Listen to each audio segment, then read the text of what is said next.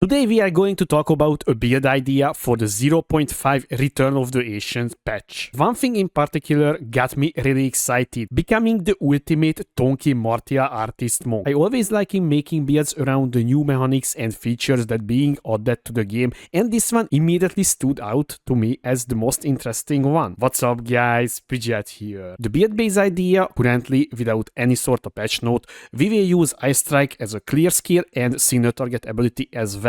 And also Herald of Ice will help with the clear, or as always, because you will freezing with Ice Strike pretty damn easily and shattering enemies, and the Herald of Ice will give you a very nice clear as well. And for single target and clear, I'm planning to use the new Ascendancy node that is giving you a bell on your back, and also on single target we can use the original bell as well, so you will have two bell at the same time, and that can deal maximum amount of single target damage in my opinion. And also I will add to the build for massive burst damage the Frozen Locust. If you did not use Frozen Locust before, you putting down an ice crystal on the ground, and if you destroying it, it will deal a massive amount of damage. But with overabundance you can increase this limit. In my initial calculations, around 2 million-ish hit damage. This is not DPS guys, very important. This is not DPS, this is hit damage, because calculating DPS on a scale that you need to put down kinda would be weird thing to say. And of course, as always, by trying to stay tonky as possible, guys, because majority of the time that is my signature for the builds, the maximum amount of tonkiness, and I'm planning to use the new Way of the Mountain, aka Way of the Tonkiness, and that will provide you tons of very nice stuff, such as like 20% more damage, Strength Threshold, which is making us basically stun immune. Also, this is easy to keep up very easily because the Holo Focus, and the Holo Focus is granting you the bells around you, and if you killing it, stunning it, you will gaining the Way of the Mountain stacks. And also this will providing damage reduction if the damage is not exceeding 30% of your maximum life after the mitigation. And this is a very strong option as well if you combining with the Ghost Dance, because you will have a very nice energy shield and recovery with this one pretty damn easily. And also don't forget guys, we getting the ward as the new defensive layer-ish mechanic, and with and that needs to be tested a little bit more, so I cannot say anything about it currently. But also we getting new skills to that one as well, so maybe there will be a few new potential for this one. So guys, I have a very rough planned PoB as well for now, with kind of basic-ish items that you can, I think, pretty damn easily get in the game, even on the first week-ish, I think, maybe on the first few days. And also the Genesis tree will be as well there guys, so I expecting to have a very nice gear by like day 3 and not like at the end of the first week. Let's talk about a few things about the positive tree guys. So we using Ice Strike, as you can see here, as the main clear and single target ability, and I think the positive tree is not that surprising, but at least it has some uniqueness, because that is one of the other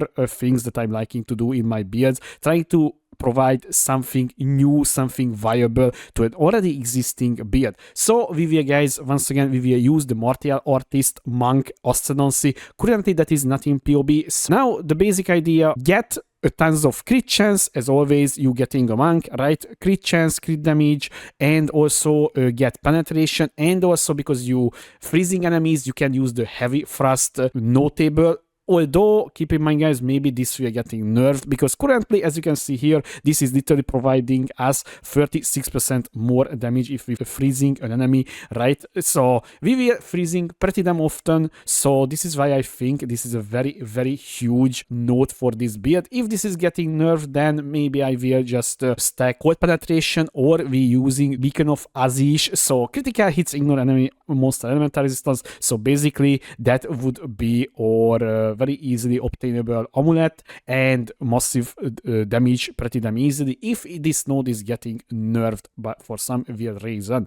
And the defensive layers guys, we will use energy shield, evasion, not surprised here, I think, and also I'm planning to use a little bit deflection rating as well, although once again guys, keep in mind this is much more like a league starter-ish PoB, so I don't have insane items here, so that's why my deflection rating is not looking that hot currently. Later on, maybe you will reach like 60-70% deflection rating pretty damn easily. Few word about the charge generation, guys, because charge generation is very important for this build. So we can generate power and frenzy charges. So how are we doing that? When you freeze an enemy, we gain power charges because we have combat frenzy and resonance keystone. When we stunning an enemy with charge staff, we gain a frenzy charge, enduring impact support plus resonance. So enduring impact support, guys, on the charge staff is giving you a chance to gain endurance charge when you stunning an enemy.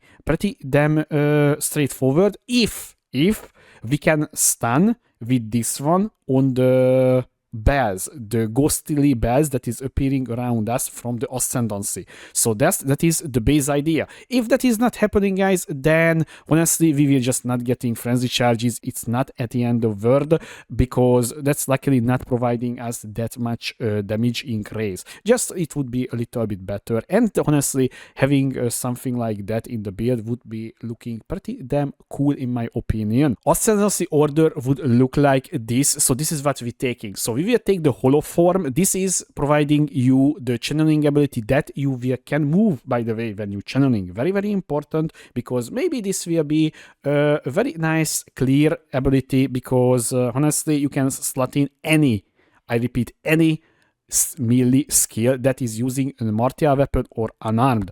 So we will take that one. We will of course taking the hollow focus technique. So this is the ghostly bats appearing around us, and you can cool it, stun it, or even just hit it to sustain rage or sustain your way of the mountain stacks. And connecting to that one, hollow resonance technique, this is the ghostly bell on your back, and when you deal a critical strike you will deal damage around you, and this can be boosted by many different things, and also you can use as a utility setup just like that. And I plan to use the Way of the Mountain currently, because this is providing you a lot of extra damage, also stun threshold, little damage reduction against small hits, which is very welcome in my opinion. Especially we will have Ghost Dance and Wind on Cell combination pretty damn easily if it's not getting nerfed in the patch note.